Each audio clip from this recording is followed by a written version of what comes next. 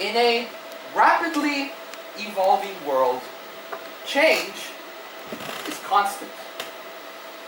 From small shifts, like a new restaurant opening, or a new park being built, to major technological achievements, like the rise of AI, as well as major global events, such as climate change, political instability, and emerging conflicts. Amidst all of these changes, it's easy to feel lost. But yet, at the end of the day, we must somehow find a way to navigate through these winds of change. So how do we do it? What keeps us steady? What keeps us from being swept away by the tides? Now, firstly, we must address the elephant in the room. Change. Or is it? You see, change isn't new. Change has always been with us, even during the formation of our world, in both its physical and societal aspects. Our ancestors have lived and adapted through change for as long as history records. Even if the nature of change may differ then and now, they still managed to live till today. So, if change isn't the issue, then what is? What is the issue? Well, some argue that we as a society have developed a natural fear for change. Not by the change itself, but the adjustments we have to make in order to adapt to it. Others argue that due to the rapid pace of change, we were affected by how we see ourselves and our role in society. Now, there's the challenge.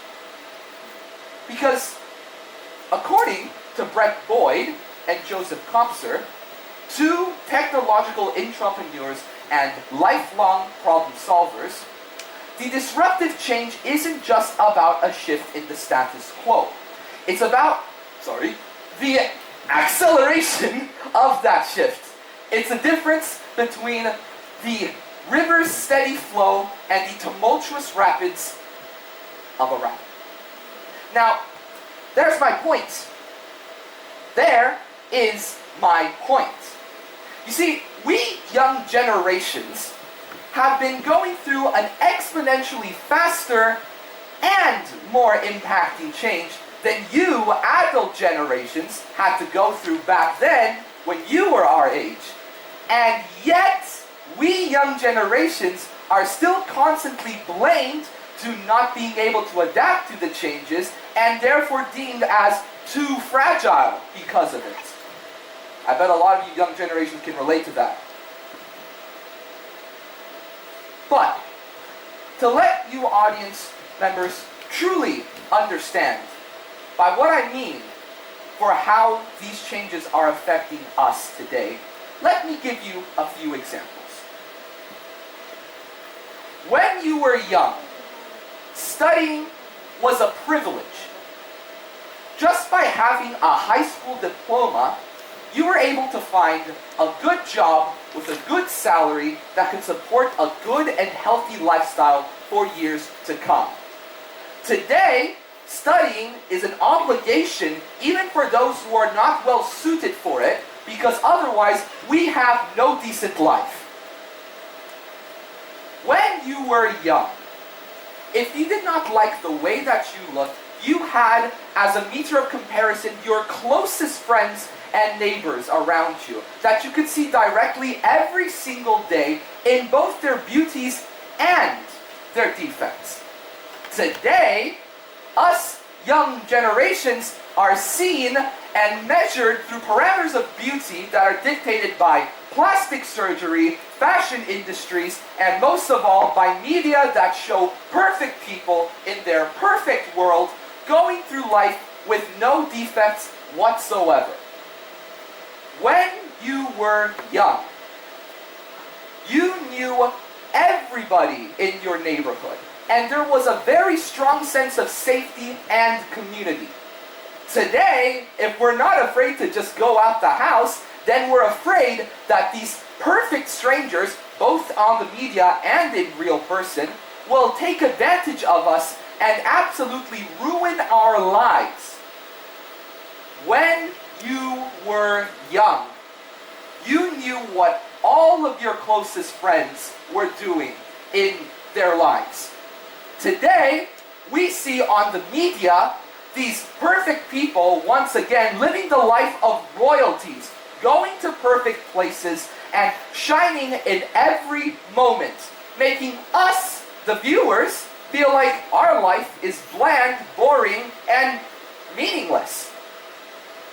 Us young generations had to go through and have been born through a world economic crisis, a pandemic, new wars every year and closer than the last one, and more sophisticated due to rising technological advancements, as well as a social and political insecurity on the whole wide world that, by the way, all happened in the span of 20 years or less. Now, my dear audience members, do you understand by what I mean how we young generations have to live through faster and more impacting changes? So, now that that's out there, do you believe that by acknowledging and understanding these changes, that a solution will present itself? In that case, my name's Matteo Angotti, that is my speech, have a good day. Of course not! Stop clapping! Stop! No! No, that's just part of the equation. Really, it's just one side of the coin. If we want to actually have a solution, then we need to also know how to move through this change, how to have our inner strength, our inner balloons to move past this change and to adapt through it. And on that regard, I would like to tell you all a story. A story about someone very close and dear to me. This story isn't just about change, but it's also about what we must hold on to when going through life's obstacles. You see, my mother, she always wanted to be a dolphin researcher. In fact, that was the first thing she dreamed of as a kid, that she would tell me all the time. On her first year of college, a professor of hers told her that her dream was impossible. It was too big, and it was too much to manage, and that she should settle for something less, something more safe. But my mom didn't do that. Although she didn't know how at the time, she knew that she will become the dolphin researcher she always wanted to be. And since from that point on, she spent all her spare time in the library,